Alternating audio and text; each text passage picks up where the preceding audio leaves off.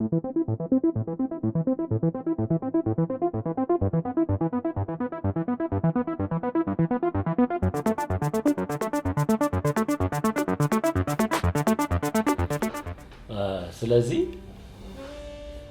በሰዎች መካከል የሚዳኘው ህግ ብቻ እንደሆነ ማሰብ የለብን። ምክንያታዊነት፣ ህሊና፣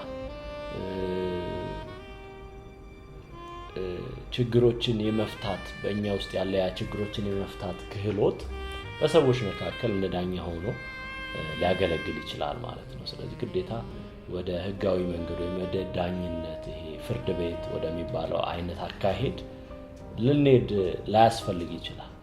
ስለዚህ ምክንያታዊ በመሆን መግባባት እንችላለን። በእርግጥ ይህንን ነገር ለማድረግ እንደ ማህበረሰብ ትንሽ ወደ ኋላ ቀርተናል። ነገር ግን በጊዜ ሂደት ወደዚህ ሐሳብ መምጣቱ አይቀርም ብዙ ነገሮች። ምክንያቱም ግሎባላይዜሽን ራሱ በእኛ ላይ ያመጣ ያለው የራሱ ተጽዕኖ ስላለ ማለት ነው። ሌላው ልንረዳ የሚገባው ጉዳይ ስሜታዊ የሆኑ ለውጦች ሐዘን ሊሆን ይችላል፣ ደስታ ሊሆን ይችላል፣ ድብርት ሊሆን ይችላል፣ ሌሎችም ስሜታዊ የሆኑ ለውጦች በራሳችን ላይ እነዚህ የሚመጡትን ለውጦች በደንብ አንደርስታንድ ማድረግ መቻል አለብን። ትክክለኛ ያልሆኑና ከመንገድ የሚያወጡን ሐሳቦች ወይም ስሜቶች እንዴት ነው መጋፈጥ ያለብን፣ እንዴት ነው መቋቋም ያለብን ብለን ልናስብ ይገባል። ምክንያቱም እኛ ካላሰብ ማንም አያስብልን። ደበረኝ ብለን ብንቀመጥ ለኛ ሲል ሰዓት ቆሞ አይጠብቀን። ወይም ሰዎች ደንበኞች እኛ ስለደበረን እኛ ጋር መግዛት ፈልገው ካላቀረብንላቸው ሌላ ቦታ መሄዳቸው አይቀርም። ስለዚህ እነዚህ ስሜትን በመግዛት ጥበብ ወይም ክህሎት ልናስተካክላቸው፣ ልንቋቋማቸው መቋቋም ያለብን ደግሞ እንዲቀጥልና ነገሮች እንዲሄዱ ውጤታማ እንዲሆኑ የሚያደርጉትን ስሜቶች ደግሞ ልናዳብራቸው፣ ልናሳድጋቸው ያስፈልጋል ማለት ነው። ስለዚህ አዎንታዊና አሉታዊ የሆኑ የስሜት ለውጦች ሊኖሩ ይችላሉ ሰው ላይ። ስለዚህ አዎንታዊ የሆኑትን በማሳደግ ኔጌቲቭ ወይም አሉታዊ የሆኑትን ደግሞ መቋቋም የሚችል ባህሪ ወይም ክህሎት ሊኖረን ይገባል ማለት ነው።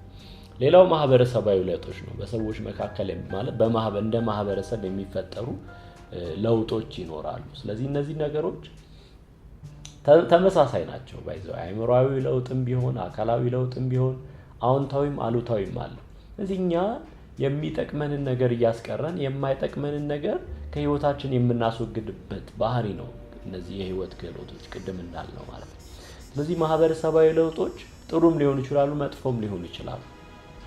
እዚህ እንደ ሀገር፣ እንደ ማህበረሰብ፣ እንደ ክልል፣ እንደ ከተማ፣ እንደ ሰፈር ያሉ የተለያዩ ማህበረሰባዊ የሆኑ ነገሮች አሉ። ስለዚህ እንደ ማህበረሰብ ዋጋ የምንሰጣቸው ነገሮች፣ እንደ ማህበረሰብ በጣም የምናከብራቸው ነገሮች ግን እንደ ግለሰብ ምናልባት እኛን የማይጠቅመን አሉታዊ ከሆነ ለኛ ያ ነገር ልናስወግደው ይገባል። ለምሳሌ ይሉኝታ ሊሆን ይችላል።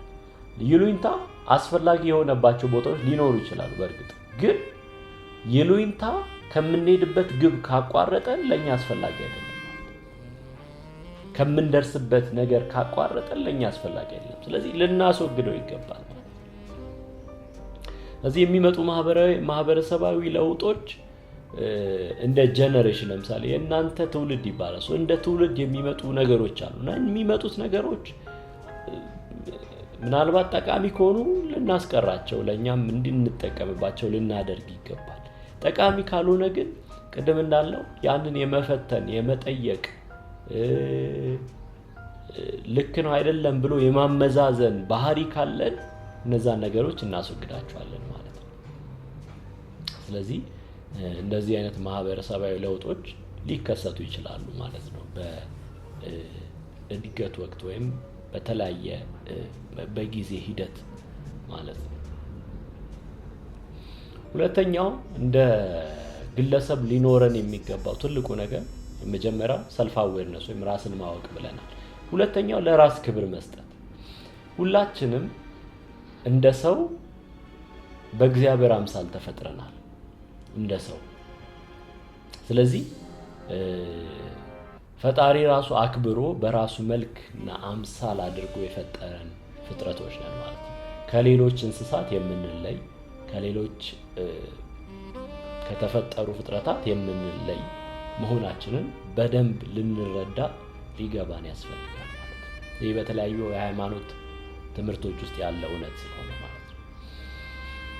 ስለዚህ ማንም ሰው ሲወለድ የከበረ ወይም ማንም ሰው ሲወለድ የተዋረደ ሆኖ አልተወለደም። ማንም ሰው ሲወለድ ባለ ሀብት ሆኖ ሲወለድ ድሃ ሆኖ የተወለደ የለም። ማንም ሰው ሲወለድ በሰዎች ዘንድ ተቀባይነት ያለው፣ ማንም ሰው ሲወለድ በሰዎች ዘንድ ደግሞ የተጠላ ሆኖ የተወለደ የለም። ነገር ግን ሁሉም ሰዎች በህይወታቸው ሂደት ውስጥ በሚወስኗቸው ውሳኔዎች ወደዚህ የህይወት ምዕራፍ ላይ መጥተዋል። ባለሀብቶች ብንል፣ ታዋቂ ሰዎች ብንል፣ ታላላቅ ሳይንቲስቶች ብንል፣ ታላላቅ በሰዎች ዘንድ የተከበሩ ሰዎች ብንል በዕለት ተዕለት ውሳኔያቸው ወደዚህ ሌቭል ወይም ወደዚህ ደረጃ መምጣት ይችላል። ስለዚህ ለራሳችን ክብር መስጠት ያለብን በእኛ ውስጥ እልፍ የሆነ ሊሚትድ ያልሆነ አቅም እንዳለ መረዳት ስላለብን ለራሳችን ክብር የምንሰጠው ማለት ነው። ስለዚህ ለራስ ክብር መስጠት ምንድን ነው? ምናልባት እሱን ከማንሳት እንጀምር። ለራስ ክብር መስጠት ማለት ለራስ ያለን አክብሮትን የሚያሳይ የራስ ባህሪ ነው። ራሳችንን ማክበር። ስለ ራሳችን ስናስብ፣ ለምሳሌ ስለ ራሳችን ስናስብ የሚሰማን ስሜት መልካም ሲሆን ማለት ነው ለራስ ክብር መስጠት ማለት ነው። ምክንያቱም ዛሬ ምናልባት ገንዘብ የለኝም ሊሆን ይችላል። ነገ ግን ገንዘብ እንደማገኝ እርግጠኛ ስለሆንኩ አቅሙ አለኝ፣ ገንዘብ የማግኘት አቅም አለኝ። ዛሬ ምናልባት በሰዎች ዘንድ ተቀባይነት የለኝም፣ ነገ ግን በሰዎች ዘንድ ተቀባይነት እንዲኖረኝ የማድረግ አቅም እንዳለኝ ስረዳ፣ በውስጤ ፖቴንሻል እንዳለ ስረዳ ለራሴ ክብር መስጠት አያቅተኝም ማለት ነው። ስለዚህ ስለ ራሴ ሳስብ ደስተኛ ልሆን ይገባል። ስለ ራሴ ሳስብ እኔ እኮ ትርጉም የሌለኝ አቅም የሌለኝ በእንትና ላይ ዲፔንድ ያረኩ እንደሆንኩ ማስብ ከሆነ ለራሴ ያለኝ ክብር በጣም ዝቅ ይላል ማለት ነው። ያ ግን መሆን የለበትም። ምክንያቱም ቅድም እንዳልኩት ሁላችንም እኩል ተደርገን የተፈጠርን ሰዎች ነን። ሁላችንም አቅም፣ ችሎታ ተሰጥቶን የተፈጠርን ሰዎች ነን። ጭንቅላት ተሰጥቶን የተፈጠርን፣ ሰውነት፣ እጅ እግር ተሰጥቶን የተፈጠርን ሰዎች ነን። እንኳን ይቅርና እጅ እግር ያለን እኛ ምናልባት አካል ጉዳተኞች የምንላቸው ሰዎችን እንኳን ብናይ ትልልቅ ተጽዕኖ ፈጣሪ አካል ጉዳተኛ ሰዎች አሉ በማህበረሰባችን ውስጥ። ታችኋል። ሰዎች ተጽዕኖ እንዲፈጥሩ የሚያደርጋቸው ወይም በሰዎች ዘንድ ትልቅ የሚያደርጋቸው ለካስ አስተሳሰባቸው ነው ማለት ነው። እጅ ስላላቸው ወይም እግር ስላላቸው ብቻ አይደለም ማለት ነው። ስለዚህ ዛሬ እጅ እግር ይዘን እየቆዘምን የምንቀመጥ ከሆነ በጣም ተሳስተናል። ለራሳችን ክብር ልንሰጥ፣ ዋጋ ልንሰጥ ይገባል። ስለ ራሳችን ስናስብ ደስ ሊለን ይገባል። ደስ የሚለን አሁን ያለንበት ሁኔታ ጥሩ ስለሆነ አይደለም፣ ነገር ግን አቅም አለን። የሆነ ቦታ መድረስ የምንችልበት አቅም በውስጣችን ስላለ። ስለዚህ ይህም የሚመጣው ራስን በመቀበል ነው።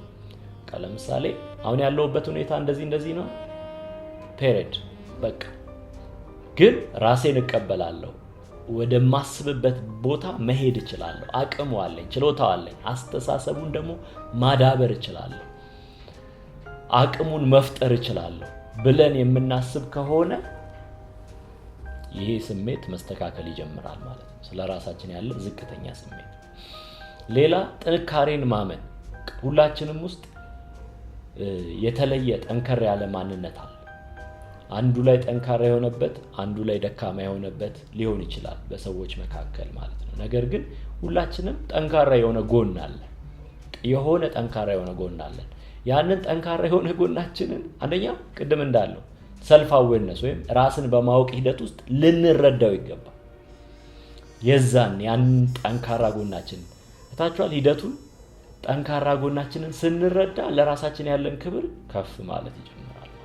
እኮ እንደዚህ ማድረግ ይችላል፣ ምናልባት ያን ጠንካራ ጎን ከእይታ ሰዎች ከሚነግሩን ወይም ደግሞ በራሳችን በህይወታችን ሂደት ልንረዳው እንችላለን። ነገር ግን ቆም ብለን ልናስተውለው ይገባል እና ጥንካሬን ማመን አለብን።